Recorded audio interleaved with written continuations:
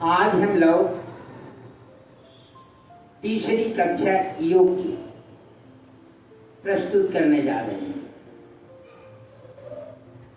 यम के पश्चात आज हम लोग नियम के संबंध में चर्चा करेंगे।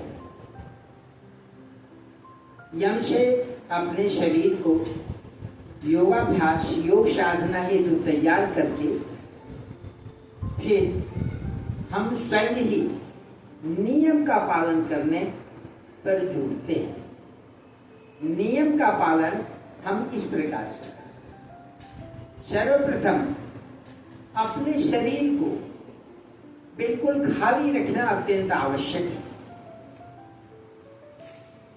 खाने के पश्चात तुरंत कभी भी योग नहीं करना चाहिए।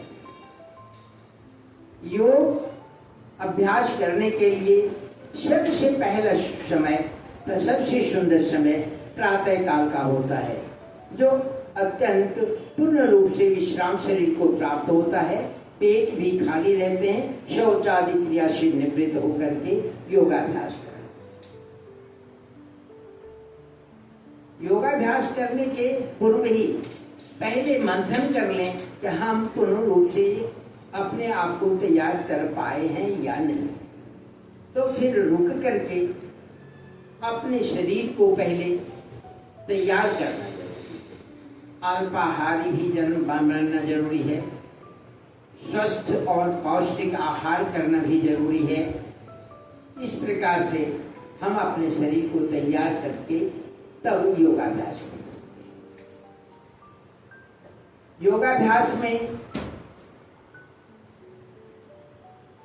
जब हम निमग्न होना चाहते हैं तो सबसे पहला नियम है अपने आप को पूर्ण शुद्ध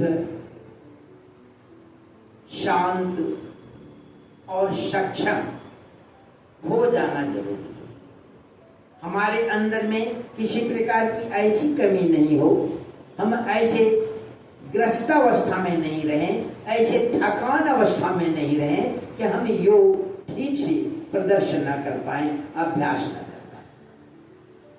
इस प्रकार से अपने शरीर को तैयार कर फिर योगाभ्यास करें। फिर आज हम लोग आसन के संबंध में चर्चा करें। और आसन की आज ये पहली कक्षा। आसन को हम लोग 3 कक्षाओं में बांट चुके हैं। प्रारंभिक योगाभ्यास के रूप में सबसे पहले पवन मुक्तासन को लेते हैं। पवन मुक्तासन हमारे शरीर को इस संसार में उन्नति करने, आध्यात्मिक अनुभवों को प्राप्त करने तथा संसार के उत्थान के लिए कार्य करने की क्षमता प्रदान करता है। अतः हम सबसे पहले पवन मुक्तासन को अभ्यास के अंतर्गत लेंगे। पवन मुक्तासन के 3 ग्रुप बनाए गए। इन 3 ग्रुपों में 3 समूहों में बटे हुए हैं। सबसे पहला समूह है प्रारंभिक अभ्यास का, जिसमें गठिया, बात, जोड़ों के दर्द इत्यादि से जब तक आप राहत ना पा जाते हैं तब तक पूर्ण रूप से अच्छा अभ्यास करना संभव नहीं है। अतः सबसे पहले अपने शरीर को स्वस्थ बनाने के लिए, सक्षम बनाने के लिए हम पवन मुक्तासन का प्रथम समूह में गठिया, बात, जोड़ों इत्यादि से राहत के लिए